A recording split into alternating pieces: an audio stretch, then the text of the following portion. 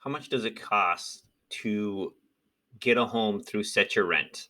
Here at setyourrent.com, if you go to the main landing page, we have this little calculator that can give you a ballpark estimate of how much a home will cost. So there's this slider of, in general, what price point of a home that you're looking for. If you don't know, you can put it as an example. Let's say 164,000. The down payment amount is how much you think that you have down. You can see how it's calculating this down payment amount or your cash to close at the bottom.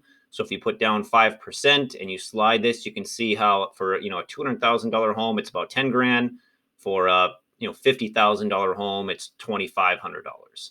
And you can say, okay, what if I don't have any money to put down? And what we're saying is, okay, at least 3.5% is the minimum for what we're looking for, just from a general criteria. Now, every approval likelihood will be a little bit different, but this is just a general estimate.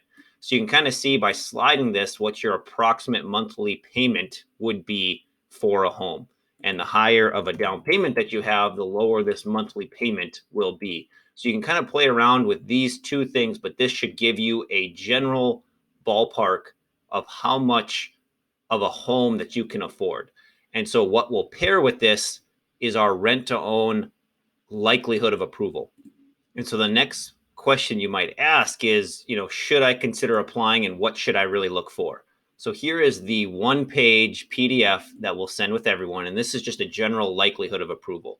So when we say, here's the categories of how much income do you make? What's your down payment? What's your rental history, your financial situation? Where's the property located? And then we have this not likely, somewhat likely, or very likely category. So if you're looking to spend $2,000 a month, if you make more than $6,000 a month, that puts you in this very high likelihood. If you make $4,000 a month and you want a $200,000 home, which is, let's say a $2,000 per month payment, that would be in this not likely scenario. Now, not any one category will knock you out, but these are going in order of importance. What we want to see here at Set Your Rent is not your credit, not your past financial history. We really just want to see, can you make your payments and do you have a reasonable vested interest in the property? And that's what makes us a little bit unique is, yes, if you had a bankruptcy, if you have a poor credit score, if you don't have the taxes showing exactly that you make this, we can look at your situation and say, okay, yeah, you're doing a lot of write-offs or you're growing and there's just a different way of proving this income that we are looking to see. And so pairing these two together on what home you can afford, making sure that you're making about 3 times as much as this monthly payment are the two pieces that you're going to want to know for starters.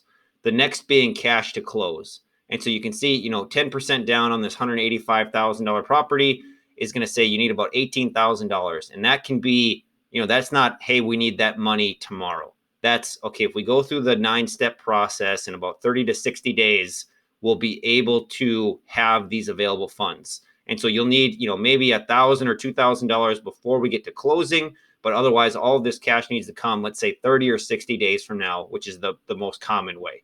And so that can either be cash that you have saved up. It can be a loan from friends or family. A lot of people do a 401k loan.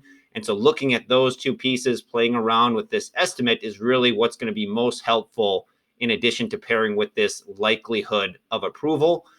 And that is how you can evaluate the cost and overall affordability with Set Your Rent.